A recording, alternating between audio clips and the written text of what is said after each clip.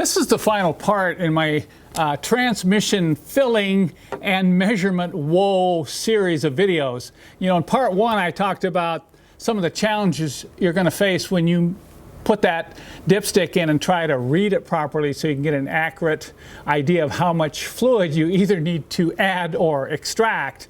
And then in part two, we talked a little bit about the importance of finding the right funnel. And once you find the right funnel, using a little wire to help you raise the funnel off the lip of the fill tube so you can vent, and that'll allow the fluid to enter the transmission much more quickly. Notice here that I like to keep my funnels in plastic bags.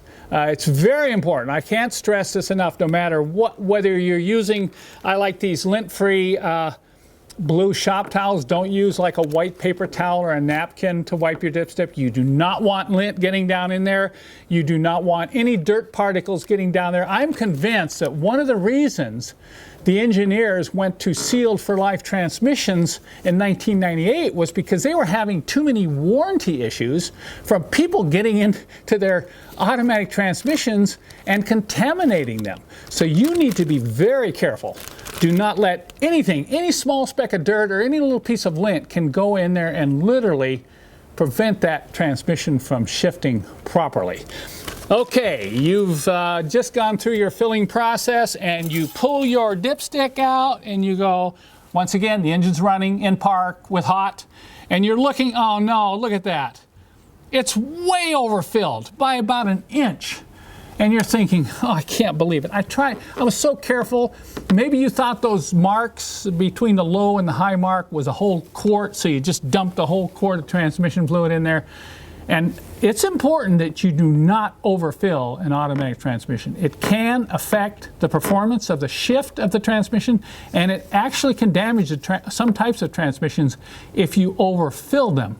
So it's very critical that if you do overfill a transmission like you see here, that you get that excess fluid out of there. So how do you do that? You know, in the good old days, I remember the first couple times this happened to me, it was jack the car up, get under the transmission, and pull that little plug out of the pan. Then, of course, it all pours out on you. And by the time you're done, there's a quart in the pan and there's a quart on the ground. And then you have to come out here, get your funnel, and start filling it again. And guess what? Oh, no, you overfill it again. So this happened to me. I speak from experience. And so recently, I finally came up with a device that I felt was the ultimate tool for dealing with overfilling your transmission. This is something I put together from two kits. It's a large hand vacuum pump. And of course, you do not want, what I'm going to do is suck the excess fluid out. And so I don't have to get under the car. And I'll know exactly how much I'm taking it out because I added this little chamber bottle. Now the chamber bottle does two things. It will allow you, right here, to kind of get an accurate idea of how much fluid you are extracting from the transmission. It'll also prevent fluid from entering the pump. If you let transmission fluid enter this pump, you're going to ruin it. You're going to ruin the seals inside. So I figure that I've probably overfilled this transmission by, let's say, a quarter of a quart, or maybe half a quart. And by the way, you see this little container? What I do now, right here, is when I have to add fluid, I use this container and I measure it. And when I pour it in, if I do overfill it, it's going to give me a good idea. Oh, maybe I overfilled it by, 1 ounce or whatever. But having some method, rather than just taking your bottle and just pouring it in and not having any idea how much you're adding, use this to measure how much you're adding. So if you do overfill, you'll get a pretty good idea how much you need to extract. But just watch how this works.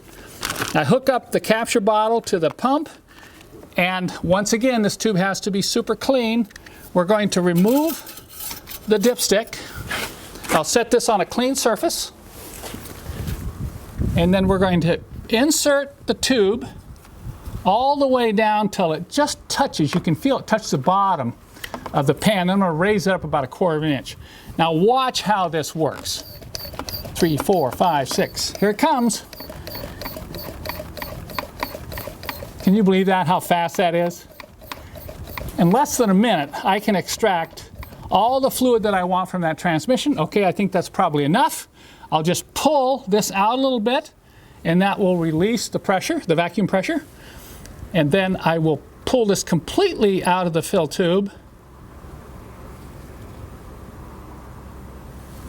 And now I'll go ahead and start the engine up, put it in park, let it idle, and come back out and remeasure. If I have extracted too much, guess what? If you've drained it into some dirty old pan, you're going to have to add new fluid. But if I've extracted too much, all I need to do is unscrew this right here, and I can use the fluid, the clean fluid that I have just extracted, to add more fluid to get it to just the level you want. Now, what could be easier than that?